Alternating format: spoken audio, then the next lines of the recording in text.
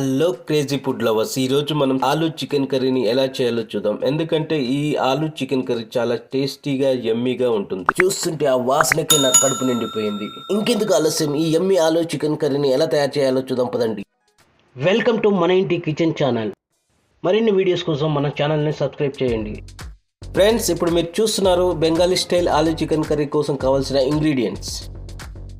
ఈ ఆలూ చికెన్ కర్రీని ఎలా తయారు చేయాలో నేను చెప్తాను, మీరు చూడండి. ఫ్రెండ్స్, నేను స్టవ్ ఆన్ చేసి ప్యాన్ పెట్టేశాను. ఇప్పుడు మనం ఆలూ పీసెస్ని ఎలా కట్ చేసుకోవాలో చూపిస్తున్నాను. ఇలానే కట్ చేసుకోవాలి.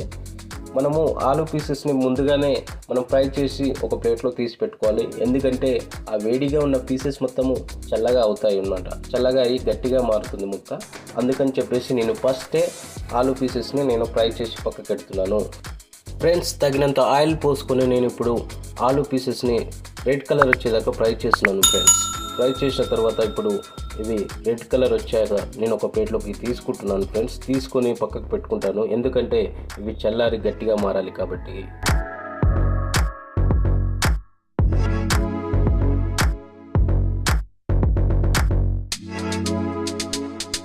ఫ్రెండ్స్, మనం ఆలూ పీసెస్ని ఫ్రై చేసుకున్న ఆయిల్లోనే బగారాకు, దాల్చిన చెక్క, లవంగాలు, యాలకులు, స్టార్ పువ్వు లాంటి మసాలా దినుసులు వేసాక మనము నైస్గా కట్ చేసుకున్న ఆనియన్స్ని అందులో వేసుకొని మనం కలుపుతూ ఉండాలి. ఫ్రెండ్స్, ఇలా డీప్ ఫ్రై అయ్యాక మనము ఇప్పుడు అల్లం వెల్లిగడ్డ, పసుపు వేసుకోవాలి. ఫ్రెండ్స్, వేసుకున్న తర్వాత వీటిని బాగా కలుపుతూ ఉండాలి. ఎందుకంటే ఈ అల్లం వెల్లిగడ్డ అనేది అడుగంటుతుంది కాబట్టి మనం అడుగంటకుండా మనం జాగ్రత్తగా కలుపుతూనే ఉండాలన్నమాట.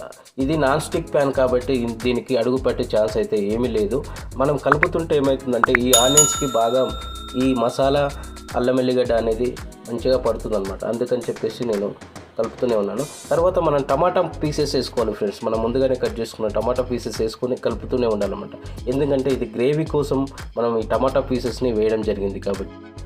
ఫ్రెండ్స్, ఈ టమాటాని మనము గుజ్జులాగా ఉడికించిన తర్వాత అందులో ఉన్న పచ్చివాసన పోయి మనకి కర్రీకి చాలా టేస్ట్ వస్తుంది అనమాట. అందుకని మనము ఇలా గుజ్జులాగా ఉడికించిన తర్వాత మనము దీన్ని ఒకసారి కలుపుకొని పెట్టుకోవాలి. ఫ్రెండ్స్, ఇలా కలుపుకున్న తర్వాత మనం ఏం చేయాలంటే మనము ఇప్పుడు ముందుగానే కడిగి పెట్టుకున్న చికెన్ని ఇప్పుడు ఇందులో వేసేసుకొని మనము ఆ చికెన్కి ఈ మసాలా, ఈ టమాటా రసము, ఈ ఆనియన్ రసము బాగా పట్టేలాగా మనము కలుపుతూనే ఉండాలి. ఫ్రెండ్స్, ఎందుకంటే ఇలా బాగా కలుపుకుంటే ఏమవుతుందంటే ఈ ఇందులో ఉన్న మసాలా మొత్తము ముక్కకి మంచిగా పడుతుందన్నమాట. ఫ్రెండ్స్, ఈ ఆలూ చికెన్ కర్రీ చాలా టేస్టీగా యమ్మీగా ఉంటుంది. ఫ్రెండ్స్, ఇది ఎక్కడ మన సౌత్ ఇండియాలో అక్కడక్కడ మాత్రమే దొరుకుతుంది. ఇది నార్త్ ఇండియాలో చాలా బాగా చేస్తారు అనమాట. దీన్ని నేను ఒకసారి టేస్ట్ చేశాను. ఫ్రెండ్స్, నేను ఆలూ చికెన్ కర్రీని ఫస్ట్ టైం టేస్ట్ చేసినప్పుడు ఇది ఎలా ఉంటుందో అనుకున్నాను, కానీ నాకు చాలా టేస్టీగా అనిపించింది. ఫ్రెండ్స్, అందుకనే నేను మీకు ఇది ఒకసారి చేసి చూపించాలని నేను ఇప్పుడు చేసి చూపిస్తున్నాను. ఫ్రెండ్స్, ఇలా కలుపుకున్న తర్వాత మనము తగినంత కారము మరియు ధనియాల పొడి, ఉప్పుని వేసుకొని మనం బాగా కలుపుకోవాలి. ఫ్రెండ్స్, ఎందుకంటే కలిపిన తర్వాత మనకి మనం ఇప్పుడు వేసుకున్న కారము, ధనియాల పొడి, ఉప్పు అనేది ప్రతి ముక్కకు పడుతుంది. అంటే ఒక 5 మినిట్స్ మనము ఉడికించిన తర్వాత ప్రతి ముక్కకి ఈ ధనియాల పొడి, కారము, ఉప్పు పట్టి ముక్క అనేది చాలా టేస్టీగా యమ్మీగా తయారవుతుంది అనమాట.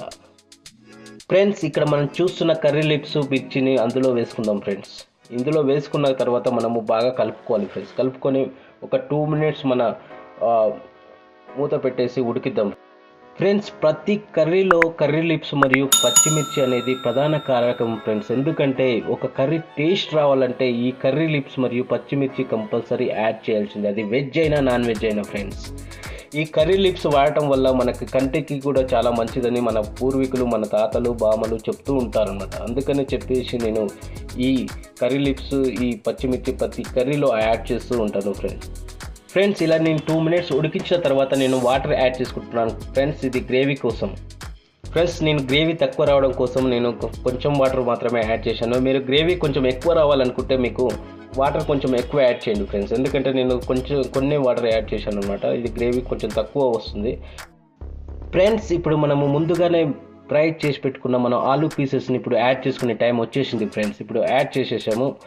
వేసిన తర్వాత రెండు బాగా మిక్స్ అయ్యేలా కలపాలి. ఫ్రెండ్స్, ఇప్పుడు ఆలు ముక్కలు మరియు చికెన్ పీసెస్ ఒక బెల్లం మొగల్లాగా కలిసేలాగా మనం కలుపుకోవాలన్నమాట.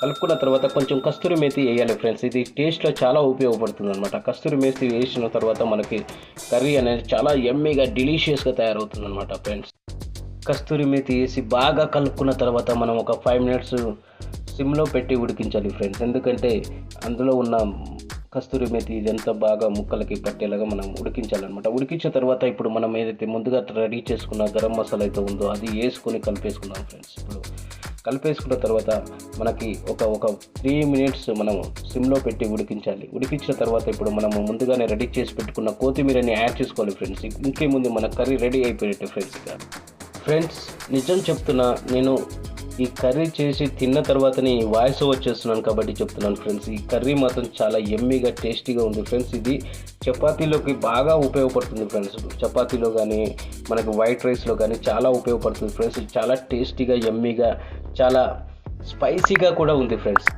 ఫ్రెండ్స్ మీరు బ్యాచిలర్ అయితే మీరు ఒకసారి మీ బ్యాచిలర్ రూమ్లో ఈ కర్రీని ట్రై చేసి ఎలా ఉందో నాకు చెప్పండి ఫ్రెండ్స్. మీరు ఫ్యామిలీ అయితే మీ ఇంట్లో ఒకసారి ఈ కూర వండి చూసిన తర్వాత ఈ కర్రీ ఎలా ఉందో నాకు టేస్ట్ చేసి మీ అమూల్యమైన సమాధానాన్ని కామెంట్ బాక్స్లో రాయండి ఫ్రెండ్స్. మరిన్ని వీడియోస్ కోసం మన ఛానల్ని సబ్స్క్రైబ్ చేయండి మరియు పక్కనే ఉన్న గంట సింబల్ని గట్టిగా కొట్టండి. Thank you for watching friends. Bye bye, see you later.